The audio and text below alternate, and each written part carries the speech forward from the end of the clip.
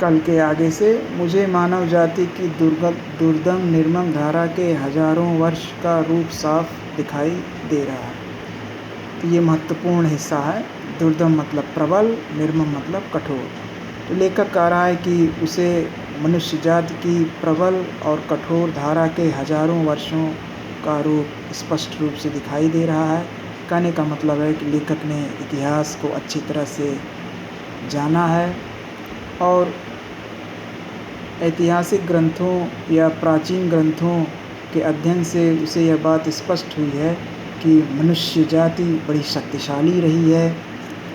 मनुष्य की जीवनी शक्ति बड़ी निर्मम मतलब कठोर। मनुष्य की जीवनी शक्ति बड़ी कठोर है। वह सभ्यता और संस्कृति के वृथा मोहों को रौंदती चली आ रही है। वृथा मतलब व्यर्थ के, रौंदती मतलब समाप्त। तो मनुष्य की जीवनी शक्ति जो है वह संस्कृति और सभ्यता के व्यर्थ के मोहों को समाप्त करती चली आ रही है। कहने का मतलब है कि मनुष्य की जो जीवनी शक्ति होती है वह संस्कृति के तमाम तत्वों को छोड़ देती है, उसको समाप्त कर देती है। ना जाने कितने धर्माचारों, विश्वासों, उत्सवों और व्रतों को धोती बहाती यह जीवन धारा आगे बढ़ी है। धर्माचारों मतलब धार्मिक व्यवहार। तो ना जाने कितने धार्मिक व्यवहार, विश्वास, त्यौहार और व्रतों को मनुष्य ने छोड़ दिया है और वो आगे बढ़ता चला जाता है। संघर्षों से मनुष्य ने नई शक्ति पाई है। मनुष्य का जीवन बड़ा संघर्षमय रहता है और संघर्ष से मनुष्य सीख लेता है और वह शक्ति प्राप्त करता है।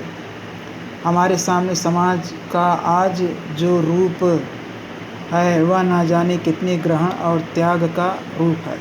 तो हमारे सामने जो आज समाज दिखाई दे रहा है उसमें ना जाने कितने चीज़ों को ग्रहण किया गया है, ना जाने कितने चीज़ों को छोड़ दिया गया है। कहने का मतलब है कि हमारी संस्कृति परिवर्तनशील रही है। उसमें कई चीज़ों को ग्रहण कर लिया गया और कई चीज़ों को छोड़ दिया गया। देश और जाति की विशुद्ध संस्कृति केवल बाद की बात है। तो लेखक ये बहुत बड़ी बात कह रहा है कि देश और जाति की जो विशुद्ध संस्कृति है ये केवल बाद का विचार है। कहने का मतलब कि हमारी संस्कृति जैसे आज है वैसे हज़ारों लाखों साल पहले भी थी। तो इस प्रकार के जो अवधारणा है या इस प्रकार के जो विचार हैं ये विचार बाद में आए हैं। और ये विचार जो लोग कहते हैं, ऐसी बात जो लोग कहते हैं, उनको संस्कृति की और इतिहास की पूरी जानकारी नहीं है। सब कुछ में मिलावट है, सब कुछ अविशुद्ध है। तो लेखक संस्कृति के संदर्भ में ही कह रहा है कि हमारी संस्कृति में कई अन्य संस्कृतियों से तत्व शामिल हुए हैं, इसलिए हमारी संस्कृति में मिलावट है और सब कुछ अविशुद्ध अर्थात अशुद्ध है।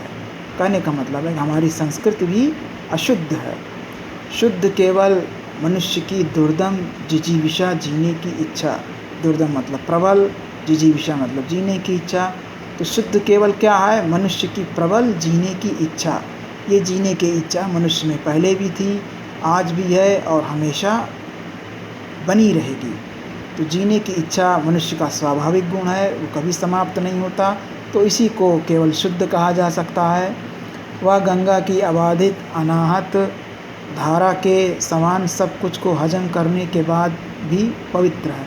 तो जिस प्रकार से गंगा की जो अबाधित, बिना बाधा के, और अनाहत मतलब बिना नष्ट हुए, जिस प्रकार की गंगा की धारा जो है वो बिना बाधा के और बिना नष्ट हुए हमेशा से बही चली जा रही है, उसी प्रकार से जो हमारी जीवनी शक्ति है उसमें भी कई चीज़ें मिल जाती हैं और सब चीज़ को समाहित करने के बाद भी जो जीवनी शक्ति है उसे पवित्र कहा जा सकता है। जिस प्रकार से गंगा में तमाम नदी नाले मिल कर के पवित्र हो जाते हैं। सभ्यता और संस्कृति का मोह क्षण भर बाधा उपस्थित करता है। तो हमें अपनी सभ्यता और संस्कृति का मोह होता है और हम जल्दी नई चीज़ों को स्वीकार नहीं करते, लेकिन जो समय होता है वो इन चीज़ों को, नई चीज़ों को स्वीकार कर लेता है और संस्कृति का जो तत्व अनुपयोगी हो जाता है उसको हम छोड़ देते हैं। तो संस्कृति का मोह क्षण भर के लिए हमारे सामने बाधा उपस्थित करता है। धर्माचार का संस्कार थोड़ी देर तक इस धारा से टक्कर लेता है। तो हमारे जो धार्मिक व्यवहार हैं उसका जो एक संस्कार हमारे मन में बन गया है वह थोड़ी देर तक इस जीवनी शक्ति से टक्कर लेता है, पर इस दुर्दम धारा में सब कुछ बह जाते हैं। पर सब कुछ इस प्रबल जीवनी शक्ति की धारा में बह जाते हैं। कहने का मतलब है कि संस्कृति का मोह भी समाप्त हो जाता है और शुद्धता का जो मोह है वो भी सब समाप्त हो जाता है, और जो चीज़ उपयोगी रह जाता है वही बचा रह जाता है।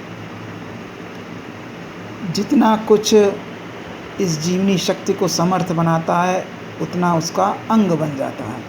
तो जीवनी शक्ति को जो भी चीज़ें शक्तिशाली बनाती हैं वो उसका अंग बन जाती हैं, बाकी फेंक दिया जाता है और बाकी को जो जीवनी शक्ति है वो स्वयं ही निकाल देती है। कहने का मतलब है संस्कृत में कई तत्व ऐसे होते हैं जो अनुपयोगी हो जाते हैं समय के साथ साथ।